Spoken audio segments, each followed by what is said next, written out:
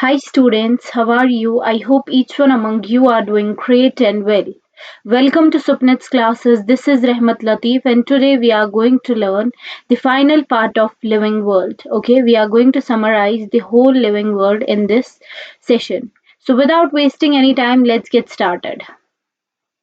First of all, we saw the difference between characteristic feature and defining feature. Okay, we saw the difference between characteristic feature and defining feature. See what is characteristic feature and what does defining feature mean. Characteristic feature simply means that feature which has exception. Like that feature can either be seen in living organisms or in non-living or in non-living objects or in both. Or sometimes that is seen in some of the living organisms and rest of the living organism doesn't show that characteristic feature. Talking about defining feature, it has no exception. Like it only takes place in living organisms. Okay. We will see what are the characteristic features in living organisms and what are the defining features of living organisms. Talking particularly about general features that the organisms exhibit includes what that includes growth, metabolism, self replication, okay, self organization, like consciousness, metabolism. Now some of them we will discuss briefly in order to see whether they are characteristic feature or defining feature. First of all, we will see growth. We will see what growth is. Is this defining feature or characteristic feature? See, growth took place inside all living organisms without any exception, right? Every organism grow either in mass, increase in mass, or increase in size, or increase in number of individuals. But we have exceptions here. Exception is of mountains, sand mounds, okay, boulders. They also grow. If we will took example of say for example sand mountain, some more particles can get added here, which results in increase in size. Okay, so this is growth. Okay, the growth is taking place, but remember we have intrinsic growth and extrinsic growth. Okay, we have intrinsic growth and extrinsic growth. Talking about intrinsic growth, this growth took place inside the body of an organism, and talking about extrinsic growth, it took place outside the body. Okay, intrinsic growth took place in a living organism, and extrinsic took place in non-living objects. Here, mountains are growing because particles are getting added here. This is extrinsic growth. Okay, this is extrinsic growth, and this growth took place in which objects? In non-living objects. Okay, so here we have exception of growth. So growth is characteristic feature rather than defining feature. Okay, growth is characteristic feature. Now another feature of organisms is reproduction. See, each organisms reproduce, right? They produce their progeny, they produce their offspring. But and no exception that no non-living objects can reproduce. Then where does exception lies? Where does exception lies? It lies. We have some examples talking about mules, sterile worker bees, okay, or infertile human couples. Infertile human couples. In these organisms, reproduction doesn't take place. So again, reproduction is a characteristic feature rather than defining feature. Okay, it's a characteristic feature rather than defining feature because again we have exception here. Okay. Now we will move towards our another feature, life life form, that is metabolism. Metabolism simply means sum total of all the chemical reactions taking place inside our body. Okay, and no doubt, obviously, no non-living object has metabolism. No non-living object can perform chemical reactions inside them. But we have exception here of chemical reactions taking place in laboratory, right? Chemistry laboratory. What happens there? We are performing chemical reactions outside the body. In vitro reactions, right? In vitro reactions, those reactions which are taking place outside the body. Okay. So metabolism has, exception without any doubt. But here we have what? Here we have in metabolism, what do we have? We simply have in metabolism, if we will talk about cellular metabolism, that metabolism which takes place inside the cell, that is in living organism, that is defining feature. Okay, cellular metabolism is defining feature here. Okay, now we will see one more feature. Sorry, we will see one more feature here, that is consciousness. Okay, what do we mean by consciousness? It simply means when we sense any environmental any environmental cues and we just respond against it, that is consciousness. Okay, and every organism is conscious about their own environment, right?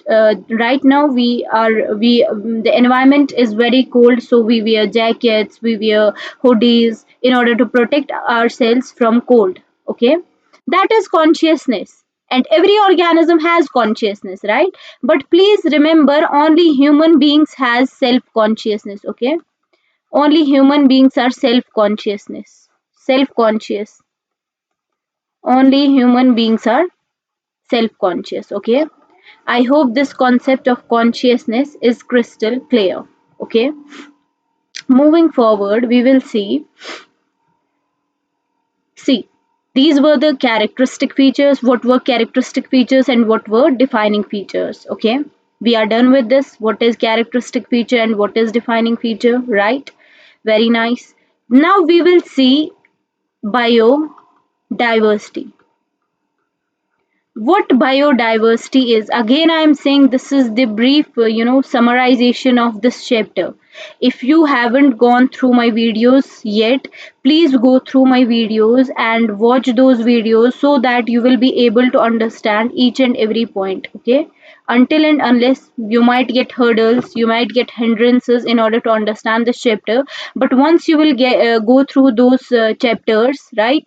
Those sessions, those videos, you will get your concepts crystal clear. Then you can come and watch this video. See, what do I mean by biodiversity? Biodiversity simply refers to number of species present on this earth.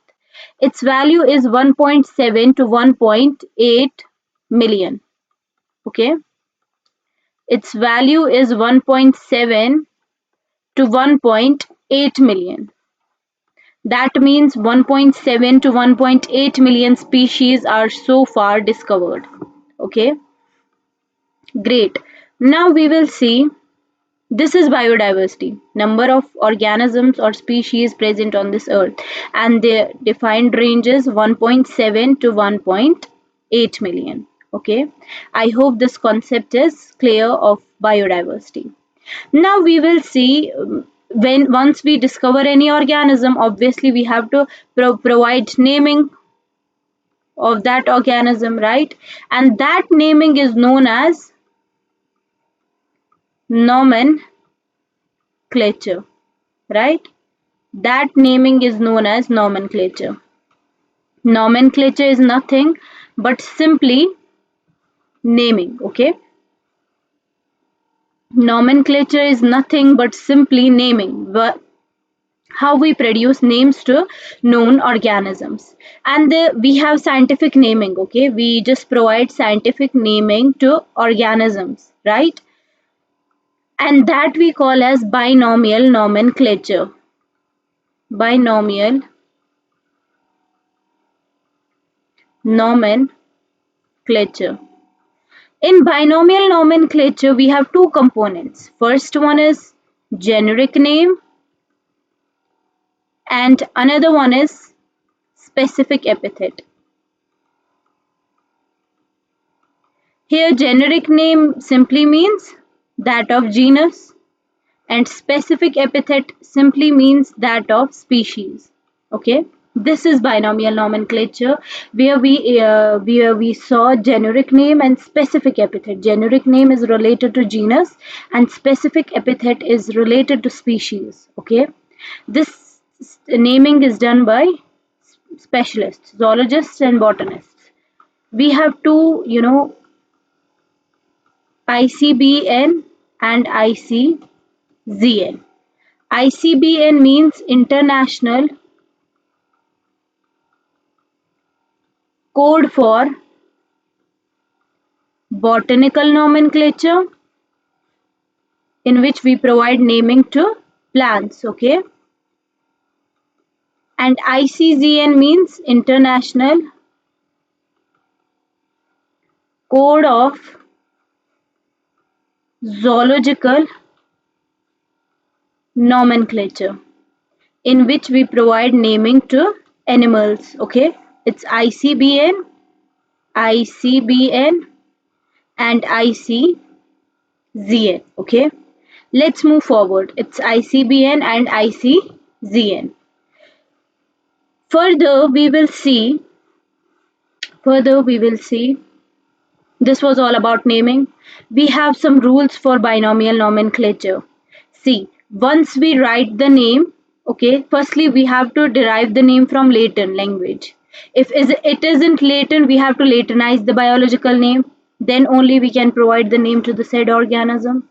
Moreover, what we have to do, we have to simply, if we are writing it with our hand now, we have to underline the names, underline the component, generic name and specific epithet separately.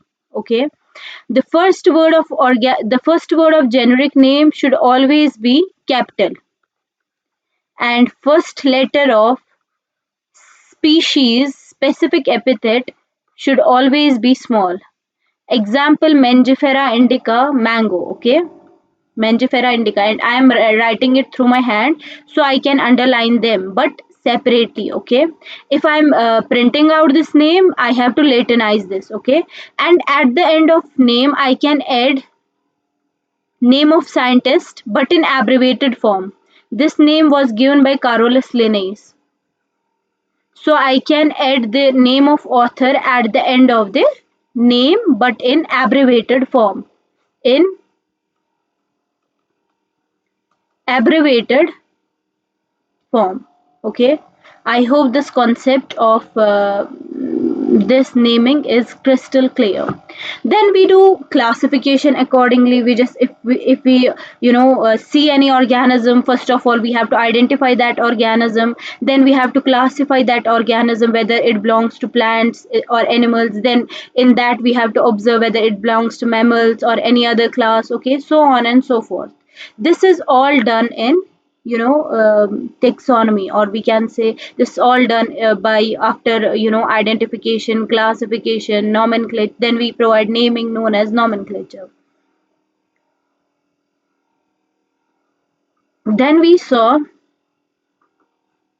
have some taxonomic categories like species, genus, family, class, order, phylum, and then kingdom. Okay, phylum in plants is known as division. Okay, species simply means, when we talk about species, say for example it's homo sapiens. Homo sapiens, sapiens here is species, It's of human beings. And Homo simply indicates genus. Genus is nothing but the aggregation of species. Then we have family, like we have Solanaceae, family of potato. Okay. Then we have class, and then we have order accordingly. Then we have phylum, whether it belongs to Chordata, Arthropoda. Okay, so on and so forth. Then we have kingdom, whether it belongs to kingdom Plantae or Animalia. Okay, mainly we have these two, but we have 5 kingdom classification as well, which we will study in our upcoming sessions. Okay, here you just remember these are the taxonomic categories. Okay, I'm again saying this is the brief or summarization of this chapter. If you haven't watched my those previous videos, go and watch them. Only then you can understand this video. Okay, after this we saw some taxonomic aids, right? We saw some taxonomic aids. These are those aids which helps us. These are those aids which helps us, in order to get information about organisms, in order to study them. Okay, why do we use taxonomic aids? In order to study them, in order to get information of those. Okay, that's why we have taxonomic aids. Like in taxonomic aids, we have herbarium, we have zoological parks, we have botanical gardens,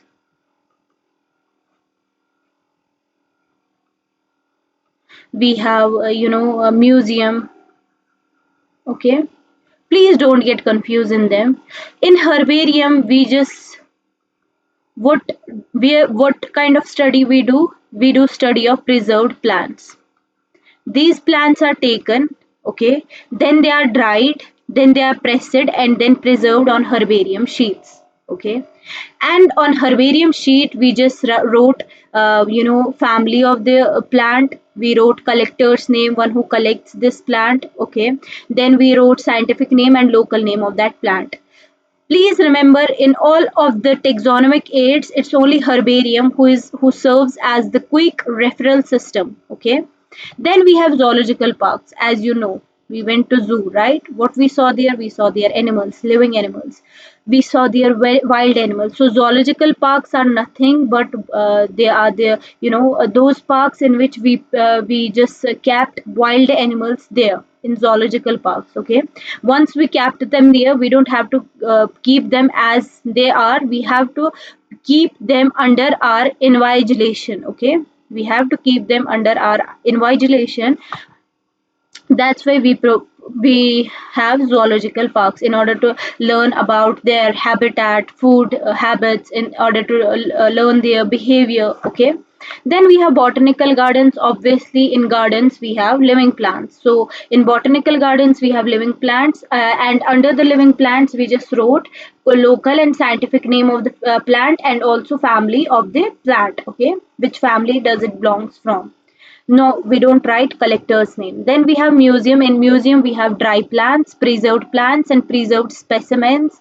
Okay, specimens are preserved in jars, as you might have seen in your science laboratory. We just biology laboratory. We just put the specimens in jar along with preservative solution. Okay, along with preservative solution, we put specimens in the jar or container. Okay, then in museums we have skeletons of animals too. We have skeletons of animals too. Moreover, in museum, how can we preserve large animals? We just do stuffing in these organisms, and then only we can preserve. Okay, and in museum we have skeletons of living organisms as well. I hope this concept of taxonomic aids is clear. Okay. Moving forward, we have some more taxonomic aids like flora, manuals, monographs. We have manuals, monographs. We have catalogs. We have flora, manuals, monographs, and catalogs. Okay. What is flora? Here we will remember what is flora, in which we just learn the habitat of the plant, and we just distribute the plant accordingly, but in given area. Okay. Similarly, talking about manuals, here we do identification of names. identification of names is done. Okay, in which manuals but in given area. Then we have monographs. Monograph means information on any of taxon. Information on any of taxon, that is monograph. And then catalog includes register or list, in which we do alphabetical arrangement of living organisms. So whenever we want to learn or get information of any of the organism, we just consult these catalogs. Okay, I hope this concept of living world is clear. But I'm again saying, if you haven't watched my previous videos of this chapter, please go through the playlist of Living World. Only then you will understand this video fully. Okay. I hope this concept of Living World is clear. We'll meet you in any such other session. Till then, goodbye. Take care. Thank you. Thank you so much.